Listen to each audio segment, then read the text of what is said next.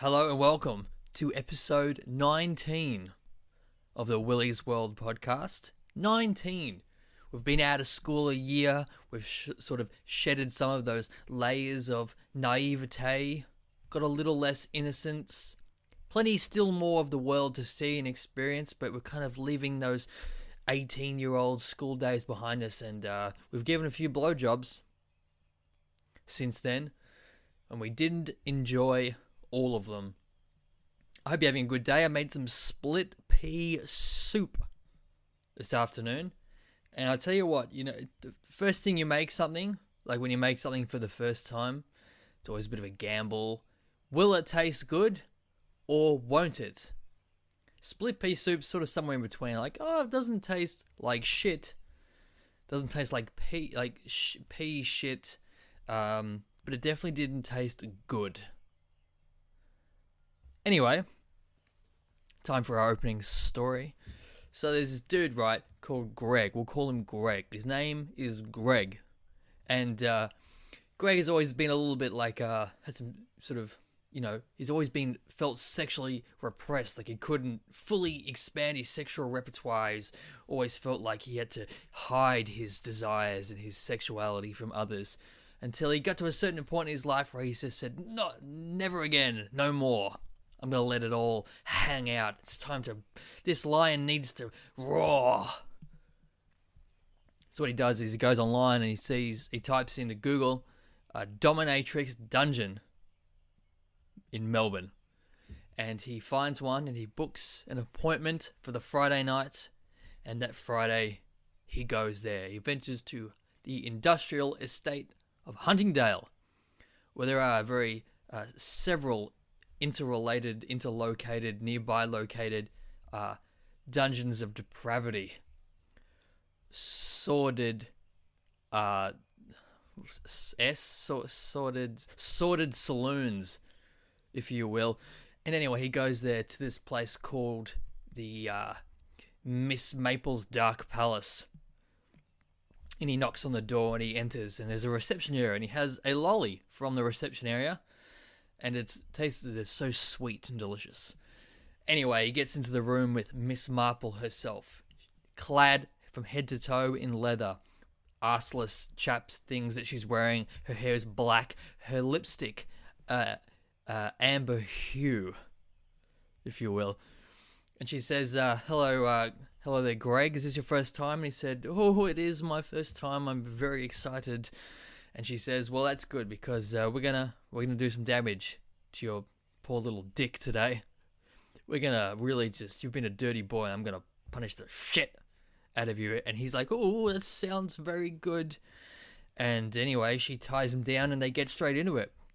She's whipping him and she's smacking him. She's paddling him, giving him a good paddling.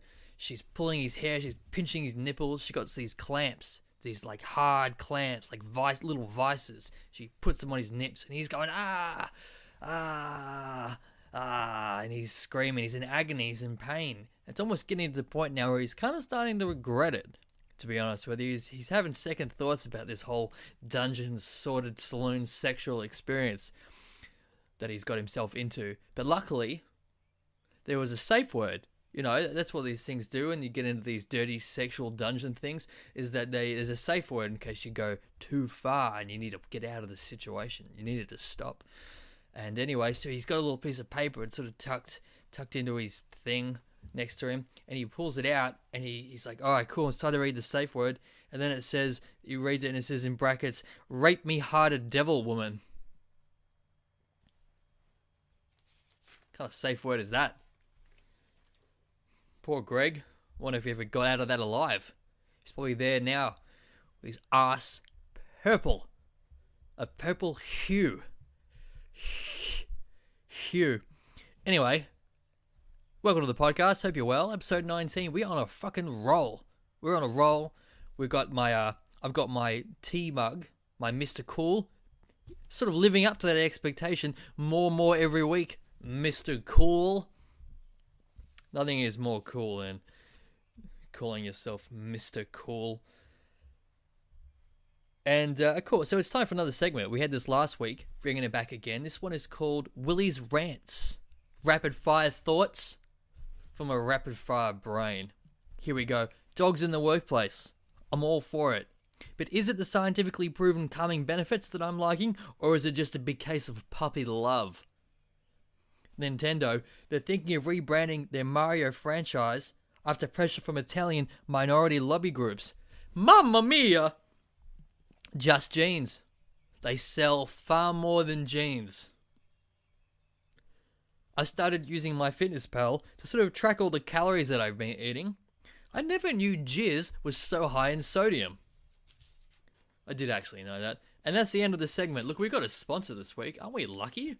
These fantastic local brands reaching out to an influencer like myself, podcast, to spread the message of their emerging startup, their company. And I'm happy to support them for a hefty fee. Okay, this company is a great company. Fantastic. Landmark business. They're called Bacon, Mud and Titties. Okay, listen up. Look, there's a hot new adventure centre in Melbourne. And there's no kids and there's no wives allowed. It's called Bacon, Mud and Titties. Men, listen up. Finally, you can leave the kids and the old ball and chain at home and let your inner caveman go wild. Bacon, Mud and Titties has all your manly needs catered for. All you do is pay a small fee at the door and enter a carefree world filled with bacon, mud and titties. The bacon is on tap.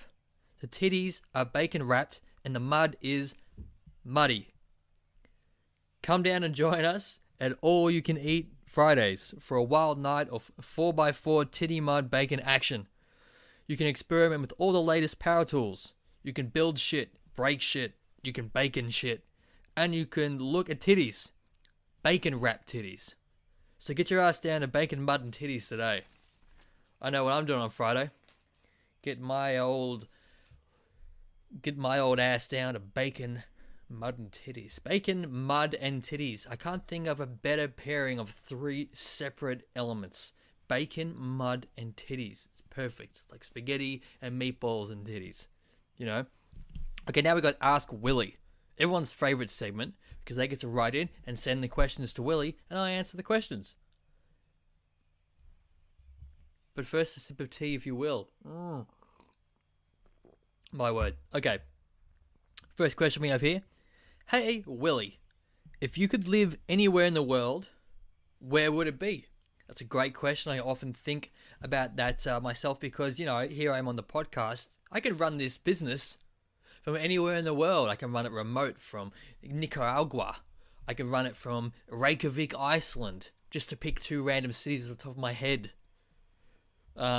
Look, I really like California, you know, the palm trees, the girls, you know, just Hollywood in general, the industry that I can relate to, showbiz.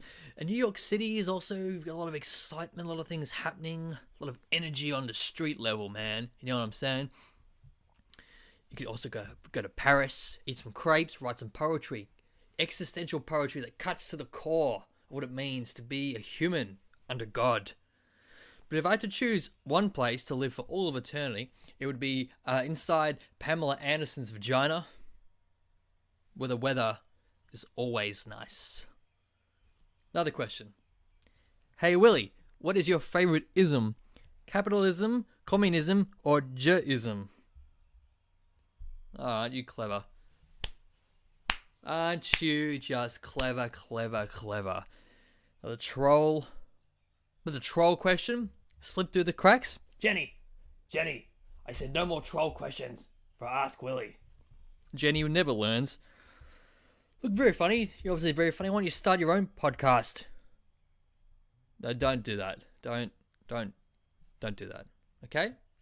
There's enough crap out there that my poor fans have to trawl through to find this amazing podcast. I don't need some other dude out there doing his thing from his mum's basement. Right?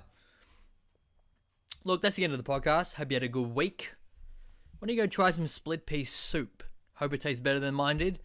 And I'll catch you next week for another dose of fucking comedy and the like. Anyway, catch you later. Bye.